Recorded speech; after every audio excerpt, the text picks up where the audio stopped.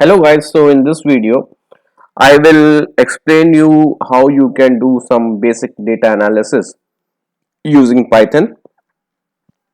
So first we are going to read a simple data set which is a Titanic data set. You can just import pandas library, import pandas as pd and then pd dot read underscore csv. So you will have the data in df. Then you can have a look on the this data set. Then basically you can see simple things. What is the size of the data? Size is the 891 rows and 12 columns. Then you can see what are the column names. You can see these are the column names. This is column names, and you can also create a list from here. So basically, so you have these column names and in the format of list. So basically we have converted from array, numpy array, to list. Now we want to see what are the null values present in each column. So cabin column has 687 null values, and embarked column also has 2 null values.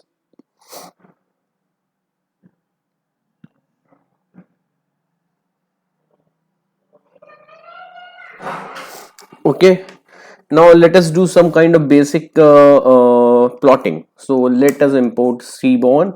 You can use matplotlib.pyplot as plt, or you can use seaborn also.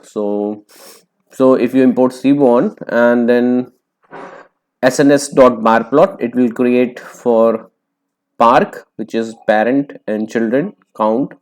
So 0 means the child is there but there is no parents there, so that's why it is 0. Then 1 is like parent and one child, and y is age basically. So 6 parent and children, the mean age is something around 40, and like this is the bar plot. Now let us do count plot. So you can just put x is equal to parent child. So we can see uh, uh, families with 6 parent children count is very less. So the count of such people is very less, like 6, only 6. So if we want to see who are those people who have so we have to filter it by loc, using loc, and we will do like this. We will take all the columns, but we want to filter it by parent child, and we want to see who are those people. So this is the passenger id, and the class of that passenger is 3, and this is name, and parent children count is 6, and its ticket, what is the fare of that, and the cabin and embarked. Like this you can see. Okay, now if you want to see the count plot, so what you can do is you can just feed the data as df, and y survived. We can see that 0 who have not survived is more than who have survived. That is something around. So let us see that count. If we want to see that, so we can group it by parent child. We can write as index as false, and then we can just count these values. We can see no, we wanted to see for survived only. Survived.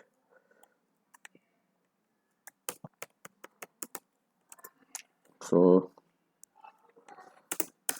we see 549 are 0. So you can see clearly here in this plot 549, and 342 is this one.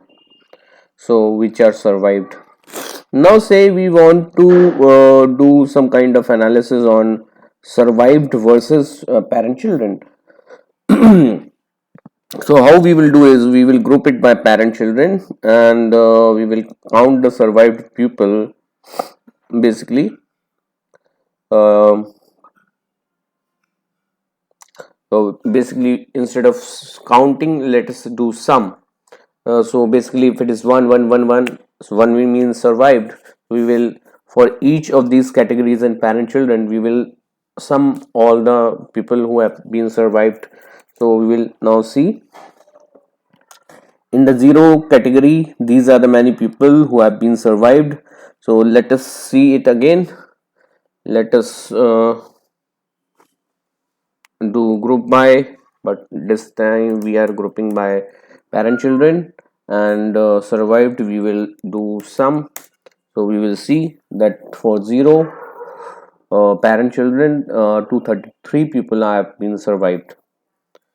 So this is the count of survival rate you can see as per parent children. Now we have age factor. So we will read the data, and we will basically, if there are any null values, we are imputing by the mean value of age. And also we are cutting the age into 10 bins according to the values. So like 0 to 10, 10 to 20, like that. And then we are just checking survived age versus survival rate. So we can see that the lowest age pupil, means kids, survival rate is the highest. Now you can see the class level. So if the class of the person is first class, then the survival rate is highest. They have paid more, so their probability was more in that case. Now we will use the aggregating function, df.group by p class as underscore index false and dot agg. What we are doing is we are just calculating what is the mean survival rate, and we will see how many people are survived. So in this first class, we have 136 people who have survived, and average is 0.629, which we can see in the plot as well. So in this way you can do any kind of analysis. You can do good visualizations.